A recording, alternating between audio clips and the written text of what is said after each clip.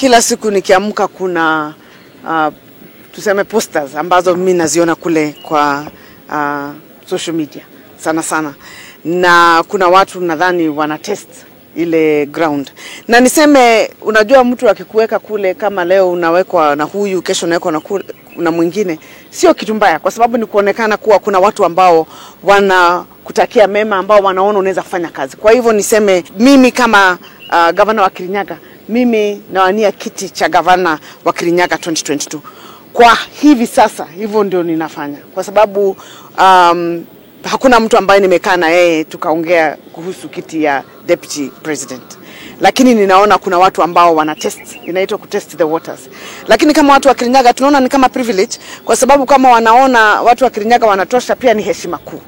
Lakini kwa sasa focus yangu ni kiti ya gavana wa Kirinyaga 2022 mpaka wakati ambao kutakuwa na mwelekeo tofauti. Lakini kwa sasa hapo ndipo nipo, na mimi hakuna mtu ambaye tumekaa chini tukazungumza kuwa deputy, yani kwa kikamilifu. Kuna watu ambao wana test maji hivi na hivi, lakini niseme pia is a good thing. It shows that there is potential, it shows that people think about you, na watu wananifikiria kuwa ninaweza kufanya hiyo kazi. Na niseme hata sio hiyo tu, hata ile nyingine kubwa zaidi kushinda hiyo, pia hiyo naona naweza.